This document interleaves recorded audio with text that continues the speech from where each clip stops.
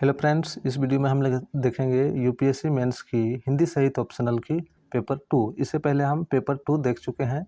ये पेपर 1 है हिंदी साहित्य का। तो चलिए स्टार्ट करते हैं। इसमें देख लीजिए सेक्शन ए में क्या था। निम्नलिखित काव्यांशों की लगभग 150 शब्दों में सप्रसंग व्याख्या कीजिए, यानी कि इसका व्याख्या करना था 150 शब्दों में। तो 1 नंबर क्या है देख लीजिए, थोड़ा सा इसको जूम कर देता हूँ मैं।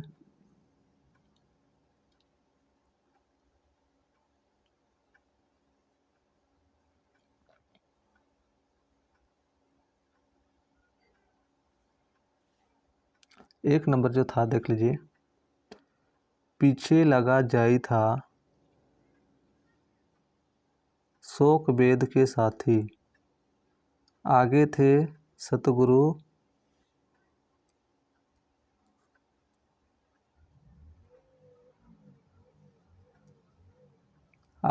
सतगुरु सिलिया दीपक दिवा हाथी, दीपक दिया तेल भरी, बाती दई आघट, पूरा किया बिसाहुनम, बहुरी ना आवी अदब। तो ये देख लीजिए कबीर का था। उसके बाद देख लीजिए बी क्या था।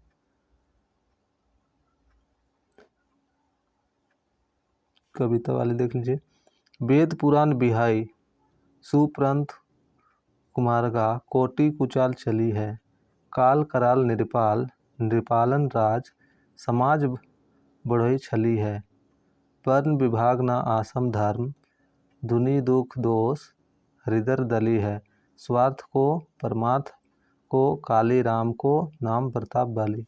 ये देख लीजिए। फिर ये देख लीजिए सी में क्या था, नहीं पढ़ रहा हूँ। ये क्या है, रस श्रृंगार मंजुनसु किए कंजनु भंजुनु दैन। ठीक है, इससे आया था। डी नंबर जो था देख लीजिए, डी नंबर, कौन हो तुम बसंत के दूत विरस पतझड़ में अति सुकुमार। तो ये देख लीजिए, ये वाला इसमें व्याख्या आया था। ई नंबर की बात करें तो ई में कौन सा आया था, धीक जीवन को जो पाता ही आया विरोध, धीक साधन जिसके लिए सदा ही किया शोध, जानकी है उद्धार प्रिया, प्रिया का हो ना सका। तो ये आया था इसका ई में। इसका 2 नंबर देखें तो 2 नंबर क्या करना था देख लीजिए,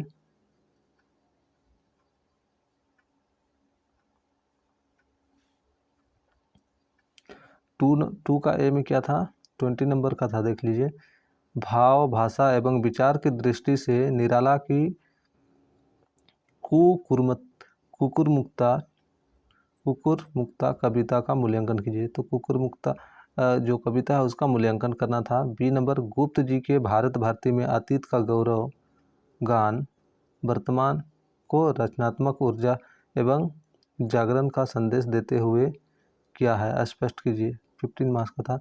सी नंबर देख लिए, असाध्य बिना कविता का मूल स्रोत क्या है, कवि ने कविता सृजन की प्रक्रिया को किन स्तरों पर प्रस्तुत किया है। नेक्स्ट देखते हैं 3 नंबर,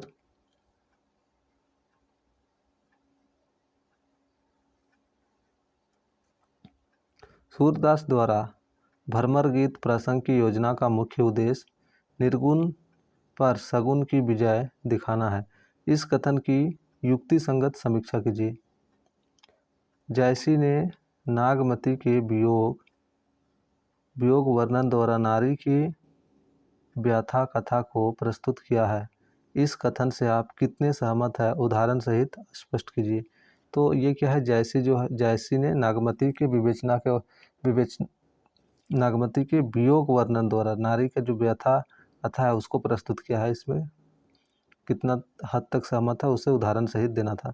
सी नंबर, दिनकर ने कुरुक्षेत्र में युधिष्ठिर और भीम के माध्यम से अपने ही मानसिक अंतद्वंद्वों को अभिव्यक्त किया है। कथन का तर्कपूर्ण विवेचन कीजिए। 4 नंबर क्या था, कबीर वाणी वर्तमान परिप्रेक्ष्य में कितनी प्रासंगिक है, उदाहरण सहित लिखिए। 20 मार्क का था देख लीजिए। बी नंबर, ब्रह्म राक्षस अस्तित्ववादी मान्यताओं और खंडित व्यक्तित्व का प्रतीक है। इस कथन के आलोक में ब्रह्म राक्षस कविता की मूल संवेदना पर प्रकाश डालिए। ये 15 मार्क्स का था। सी नंबर देख लीजिए, हरिजन गाथा कविता के आधार पर नागार्जुन की जनवादी दृष्टि की मीमांसा कीजिए। ये 15 मार्क का था। नेक्स्ट देखते हैं हम लोग क्या, ये है सेक्शन बी, ठीक है। वो हम लोग देख लें सेक्शन ए, आप सेक्शन बी देखते हैं। ये सेक्शन बी है। निम्नलिखित अवतरणों को लगभग 150 शब्दों में प्रासंगिक व्याख्या कीजिए। 150 शब्दों में व्याख्या करना है। एक नंबर है 5 का, एक, जिसका मन अपने वश में नहीं है वही दूसरे के मन का छंदवर्तन करता है, अपने को छिपाने के लिए मिथ्या आडंबर रचता है, दूसरों को फंसाने के लिए जाल बिछाता है, दूसरों को फंसाने के लिए जाल बिछाता है। कुटज सब मिथ्याचारों से मुक्त है, वह वसी है, वह ये रागी है। बैरागी होना चाहिए यहाँ, वह बैरागी है। बी नंबर देखते हैं, कौन कहता है कि हम तुम आदमी हैं, हम में आदमियत कहाँ। आदमी वह है जिसके पास धन है, अख्तियार है, इल्म है। हम लोग तो बैल हैं और जुतने के लिए पैदा हुए। देख लीजिए व्याख्या, ये गोदान से है, 10 मार्क का था। अब देखते हैं सी नंबर,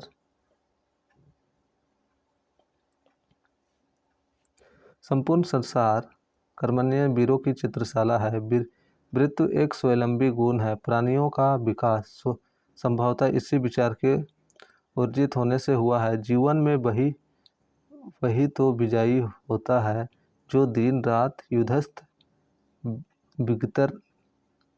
विगतज्वर का शंखानंद सुना करता है, ठीक है। तो दिन रात युद्धस्थ विगतज्वर का शंखनाद सुनता है। डी नंबर, परलोक में अधिक भोग का अवसर पाने की कामना से क्या गया त्याग नहीं, तुम्हारी आशा और विश्वास के अनुसार यह त्याग भोग की आशा का मूल्य है। भोग की इच्छा है तो साधन रहते भोग करो। तो ये देख लीजिए दिव्या इससे ही आया हुआ था। ई नंबर हम देखें तो ई क्या है, काव्य साहित्य और अन्य कलाएं मूल्यतः सृजनात्मक है, अतः उसमें राजनीति के कार्य विभाजन जैसा कोई विभाजन संभव ही नहीं होता। कोई भी सच्चा कलाकार ध्वंस योग का अग्रदूत रहकर निर्माण का भार दूसरों पर नहीं छोड़ सकता, क्योंकि उसकी रचना तो निर्माण तक पहुंचने के लिए ही ध्वंस का पथ पर करती है। नेक्स्ट देखते हैं 6 का ए, भारत दुर्दशा नाटक अंग्रेजी राज्य की अप्रत्यक्ष रूप से कटु और सच्ची आलोचना है, विश्लेषण कीजिए। बी नंबर क्या है, दिव्या इतिहास नहीं ऐतिहासिक कल्पना मात्र है। इस कथन के आधार पर दिव्या उपन्यास में इतिहास और कल्पना के समन्वय का विवेचन कीजिए। सी नंबर, गोदान की भाषा और उसके शिल्प की विशेषताएं बताइए। तो क्या था, गोदान की भाषा और उसके शिल्प की विशेषताएं बताना था। तो ये देख लीजिए 7 नंबर, आप 7 नंबर क्या है, आषाढ़ का एक दिन की मल्लिका स्वाधीन चेता स्त्री के जीवन की स्वाभिमान और विडंबना को चरितार्थ करती है। इस कथन की समीक्षा कीजिए। बी नंबर है, मेरे राम का मुकुट भीग रहा है, निबंध की ललित निबंध के रूप में तात्विक समीक्षा कीजिए। सी नंबर, महाभोज उपन्यास राजनीतिक विकृतियों का सच्चा दस्तावेज है। इस कथन से आप कितने सहमत है, तर्क संगत मीमांसा कीजिए। नेक्स्ट देखते हैं हम